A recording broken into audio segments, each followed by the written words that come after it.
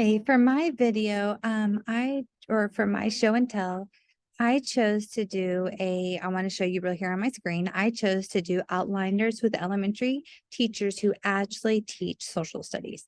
So I like this because it is a study done on elementary school teachers that actually teach social studies and some of the problems they feel that they're facing in the classroom and what their obstacles are about. If I'm going to scroll down here, and this is my favorite part about the entire data that I read through. I found the findings to be something I hear a lot, but I liked it because if you read down here, Anne, Beth, Catherine, all these, and there's many, many, many of them. They're just things that they're actual interviews or things that they observed from these teachers in the classrooms. And then they sit down and they talked with them about things that they were going through and things that they found to be struggles with trying to teach social studies in the classroom and some of the things they came up against. The things I heard from them are something I would definitely use in my classroom.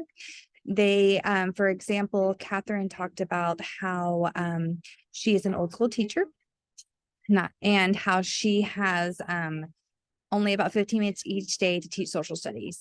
And that in her first grade classroom, she's supposed to teach social citizenship and several things. She felt like she's working with two other teachers that are not have as much experience as her, but she doesn't also has an older skill, so she's not used to incorporating it into other lessons.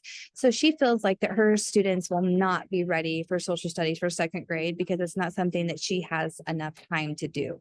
She has a big fear for that. And she feels like she needs to have some more collaboration, and she thinks that there's a lot of challenges within her state curriculum. And I really like how she spoke about that. And it made me think about how important it is going to be for me to have collaboration with other teachers in the building, maybe within even the district, on how to make sure we get those times and how important that is. Something I did not like about this was it talked about how that teachers would most likely teach it if it was on a standardized test. I don't feel like that's all why teachers don't teach it.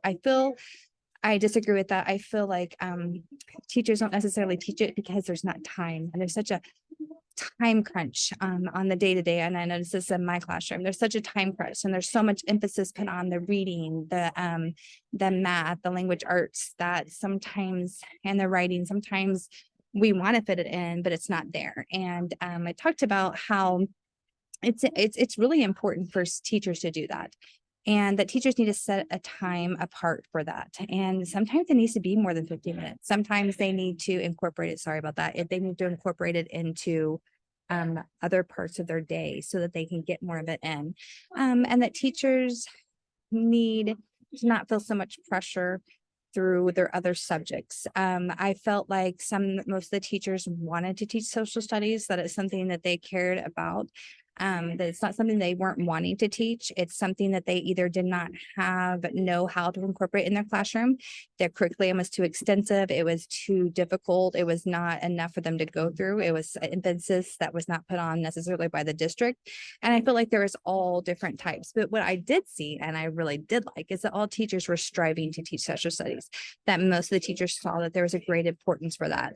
And I was really excited to hear that.